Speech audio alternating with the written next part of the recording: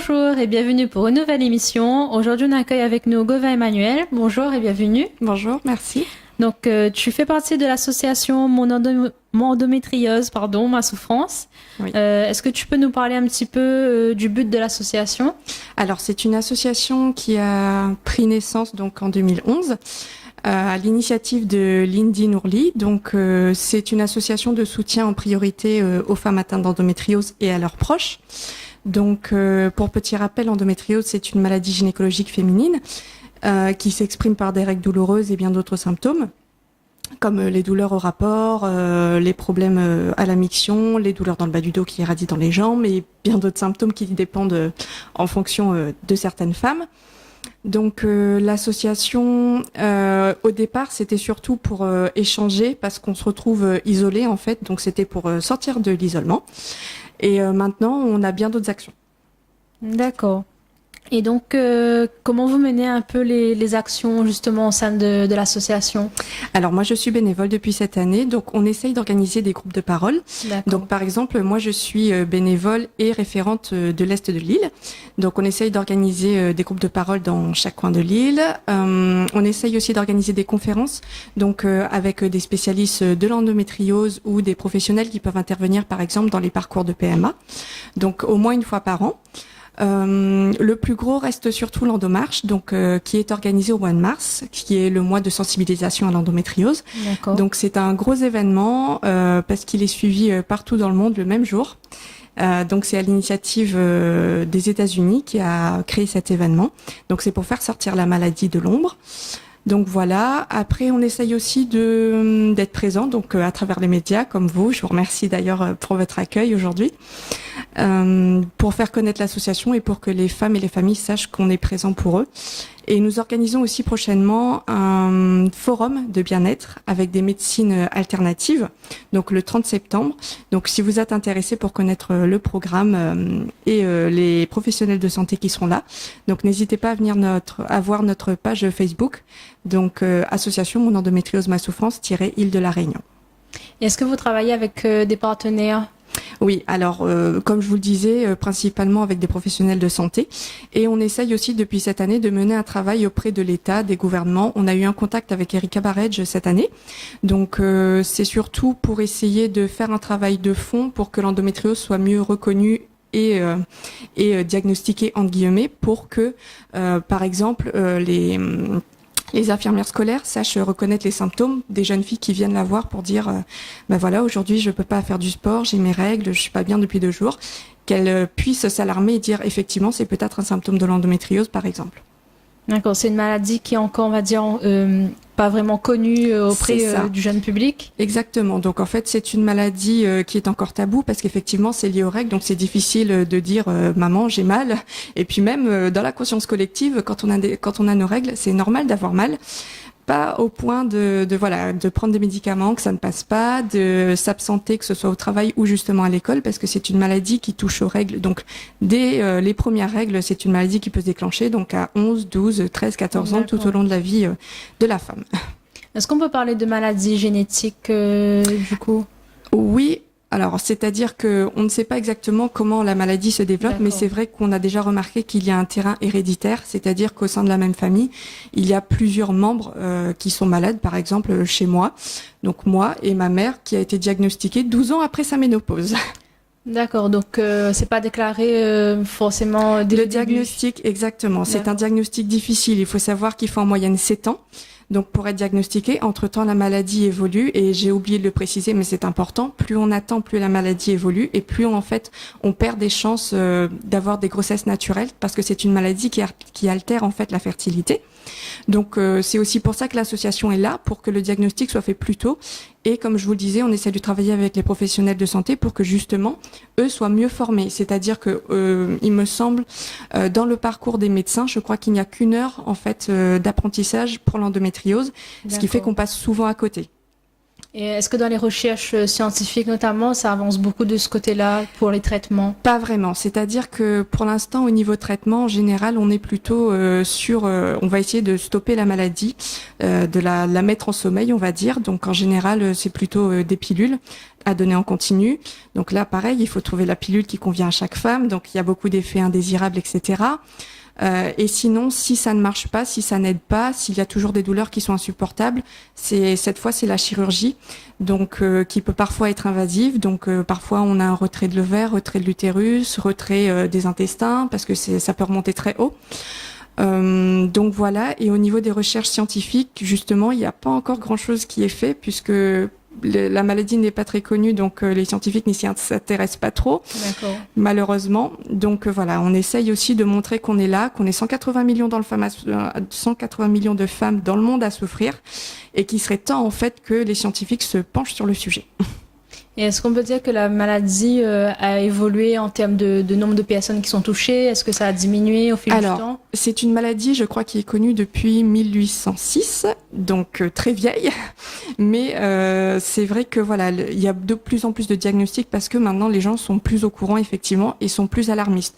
Donc quand on a des symptômes qui sont cumulatifs, donc comme je vous disais, par exemple les douleurs, les règles douloureuses, donc en plus des douleurs au rapport sexuel, en plus des problèmes à la miction par exemple, ou des vomissements, des choses comme ça, des choses qui s'accumulent.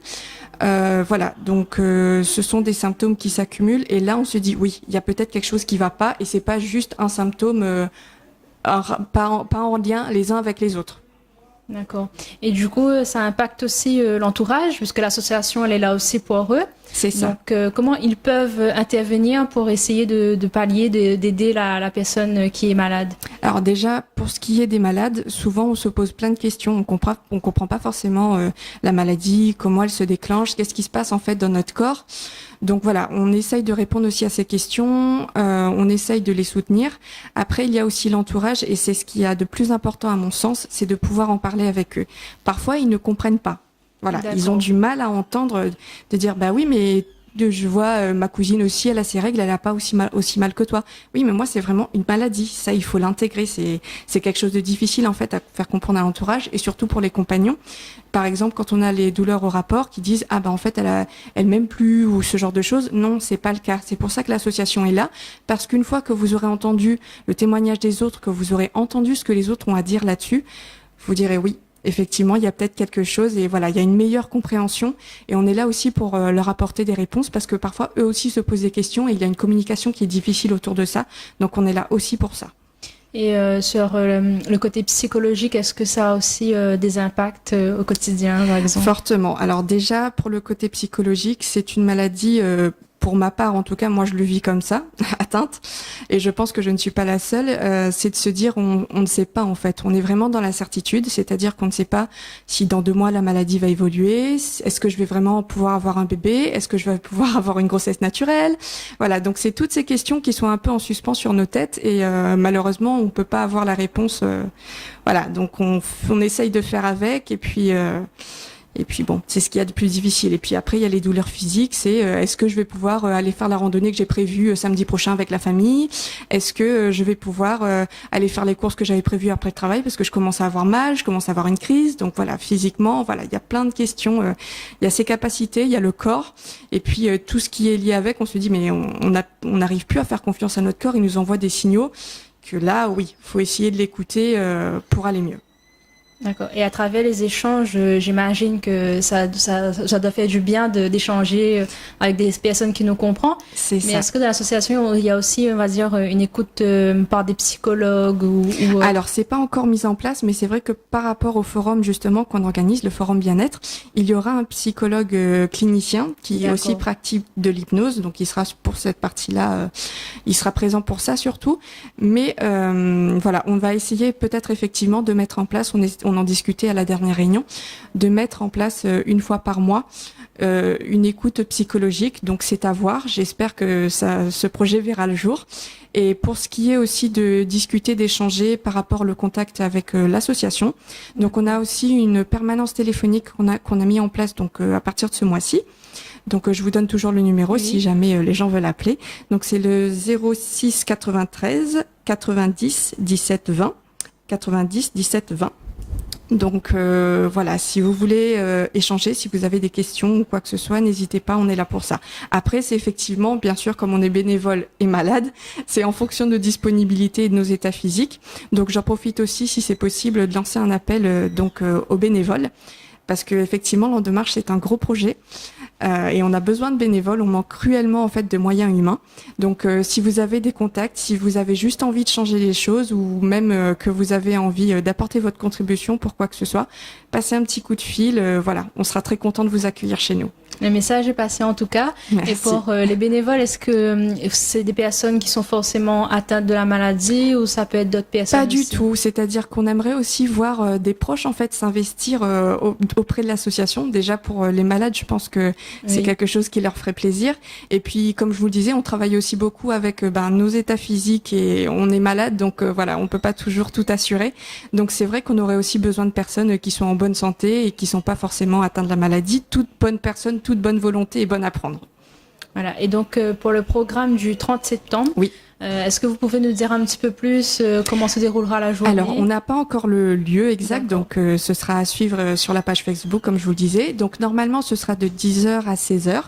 Donc, il y aura une pause déjeuner, je pense, entre 12 et 13 heures. Donc le matin, on essaye de faire des petites conférences donc avec les professionnels qui seront là, qui vont expliquer en quoi leur médecine, en fait, leur pratique peut aider en fait à la gestion de l'endométriose. Donc pour l'instant, on a, comme je vous le disais, le psychologue clinicien qui sera là, Pascal Mallet, aussi Monsieur Samine qui sera là, qui pratique la méditation transcendantale, qui va vous expliquer en fait que le repos de l'esprit et du corps, c'est quelque chose qui peut vraiment aider à la gestion de la douleur. Et on aura aussi Esther qui sera là sur la partie féminité avec des tentes rouges. Voilà, pour retrouver un peu notre féminité, pour pouvoir discuter de ça, de ce sujet. Alors, est-ce que vous avez un dernier message à faire passer à nos auditeurs et nos auditrices? Eh bien, je voudrais juste leur dire de ne pas hésiter. Je sais que l'endométriose est une maladie qui peut faire peur, que certaines hésitent à aller consulter. Elles ne savent pas vers qui se tourner. L'association est là pour ça. N'hésitez vraiment pas. Appelez-nous, passez un petit coup de fil, ou si vous êtes un peu plus timide, il y a aussi Messenger sur le groupe Facebook. Aucun souci, n'hésitez pas, on est là pour vous. Merci beaucoup, Emmanuel, d'être venu aujourd'hui nous voir. Merci à vous. Alors, c'était Emmanuel Gauvin de l'association Mon Endométriose, Ma Souffrance. Et moi, je vous dis à bientôt pour une nouvelle émission.